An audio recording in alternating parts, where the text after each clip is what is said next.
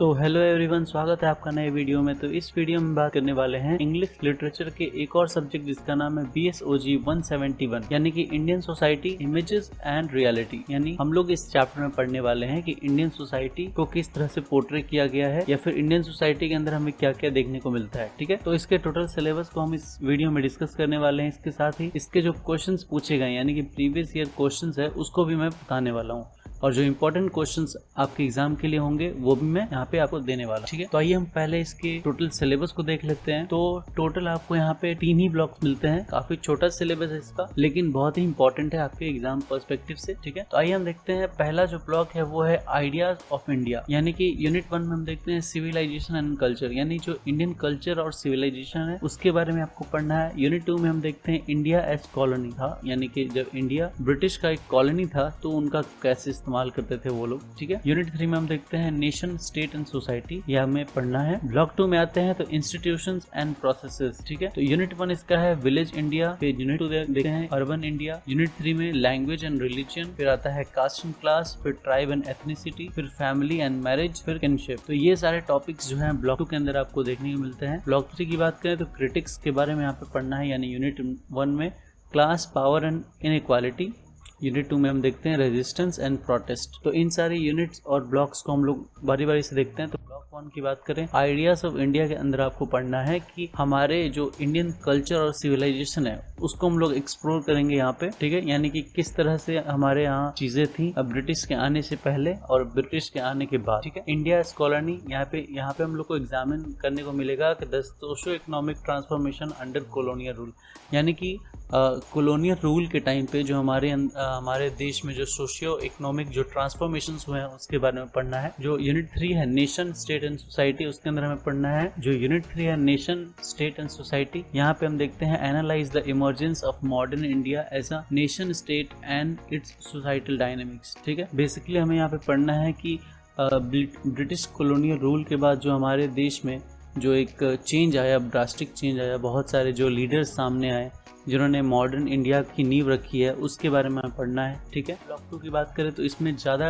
Units यानी ज़्यादा topics हैं, जैसे कि village India, urban India, language and religion, caste and class, tribes and ethnicity, फिर फैमिली एंड मैरिज और किनशिप। तो बेसिकली ये आपको बहुत ही डिटेल से आपको चीज़ें मिलेंगी यानी इंडिया के बारे में। जैसे इंडिया में हम 2 तरह की इंडिया देखते हैं, एक होता है विलेज वाला पार्ट, एक होता है अर्बन वाला पार्ट। जैसे आज भी हम देखते हैं कि बहुत सारे विलेजेस हैं, क्योंकि हमारा जो देश है वो कृषि प्रधान देश है, तो हम लोग विलेज को काफी महत्व देते हैं। इसके अलावा हम देखते हैं लैंग्वेज एंड रिलीजन, यानी आप देखते हैं कि इंडिया के अंदर बहुत सारे लैंग्वेजेस हैं, बहुत सारे अलग अलग स्टेट्स के अंदर अलग अलग लैंग्वेजेस बोले जाते हैं। जैसे कि उड़ीसा में उड़िया बोली जाती है, महाराष्ट्र में मराठी बोली जाती है, फिर गुजरात में गुजराती बोली जाती है, बिहार में भोजपुरी है।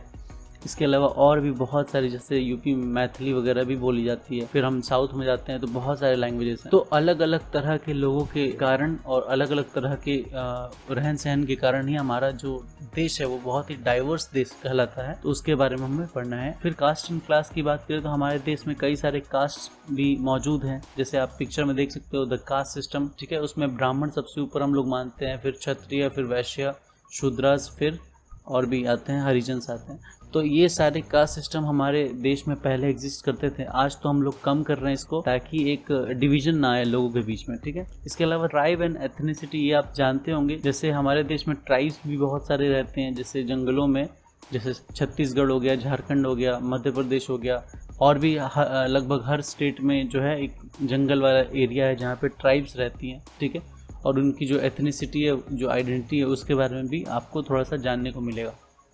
फैमिली एंड मैरिज, यानी कि हम लोग देखते हैं कि फैमिली में किस तरह से जो रिलेशनशिप होते हैं, है ना। आप यहाँ पे नीचे देख सकते हो, मैंने कुछ पिक्चर्स लगाए हैं ताकि आपको आइडिया आ जाए। किनशिप के बारे में बात करें तो यहाँ पे लिखा है explores kinship system and their significance in Indian socio organisation. तो यहाँ पे आप देखते हैं किनशिप का मतलब होता है बेसिकली आपका एक रिलेशन का हायरार्की। ठीक है, तो आप देखते हैं उसमें कि प्राइमरी रिलेटिव, फिर आते हैं सेकेंडरी रिलेटिव्स, फिर आते हैं टर्शियरी रिलेटिव्स। ठीक है, तो इनके बारे में आपको थोड़ा सा पढ़ना होगा। की बात करें तो क्रिटिक्स के बारे में पढ़ना है यहाँ पे, जैसे कि क्लास, पावर और इनइक्वालिटी के जो क्रिटिक्स थे जिन्होंने इसके विरोध में चीज़ें लिखी और मूवमेंट्स करी, उनके बारे में पढ़ना है। फिर रेजिस्टेंस एंड प्रोटेस्ट, यानी कि बहुत सारे ऐसे लीडर्स हुए जिन्होंने इन सब चीज़ों को लेकर के उनका प्रोटेस्ट किया। ठीक है, examines movement challenging social injustices in India, ये आपको पढ़ना है। आइए हम कुछ इंपॉर्टेंट क्वेश्चन जो प्रीवियस ईयर क्वेश्चन है उसके बारे में देखते हैं। तो बेसिकली क्वेश्चंस आपको इस तरह से पूछे जाएंगे एग्जाम में, जैसे कि 6 या 8 आपको क्वेश्चंस दिए जाएंगे, उनमें से आपको टोटल 5 क्वेश्चंस करने होंगे। पर क्वेश्चन आपका 20 मार्क्स का होगा। तो ये हमारे आई थिंक मैंने 4 साल के जो इंपॉर्टेंट क्वेश्चंस थे उनको उनमें से भी कुछ फिल्टर करके ही आपको यहाँ पे 15 क्वेश्चंस दिए हैं। अगर आप इन सारे क्वेश्चंस को तैयार कर लेते हो तो मुझे उम्मीद है आप अच्छा एग्जाम में कर पाओगे। ठीक है, तो यही था आज के वीडियो में। तो उम्मीद है आपको ये वीडियो पसंद आएगा, और पसंद आए तो आप कमेंट कर सकते हो नीचे और लाइक कर सकते हो वीडियो को, और चैनल को सब्सक्राइब कर लीजिएगा, क्योंकि मैं सारे ही सब्जेक्ट का जो सिलेबस है वो मैं यहाँ पे अपलोड करने वाला हूँ, और बारी बारी से जो भी टॉपिक्स हैं उसको भी मैं क्लियर करने वाला हूँ। तो मिलते हैं नेक्स्ट वीडियो में, टिल देन बाय।